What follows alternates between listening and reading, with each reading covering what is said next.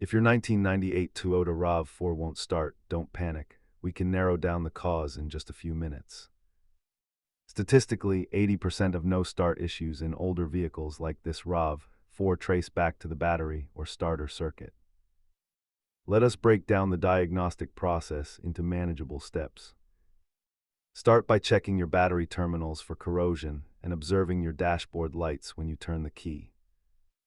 These three components are the most likely suspects when your RAV4 refuses to turn over. If the engine cranks fine but won't start, focus your attention on the fuel system or ignition fuses. Try cleaning your terminals and checking your fuses before committing to a costly shop visit.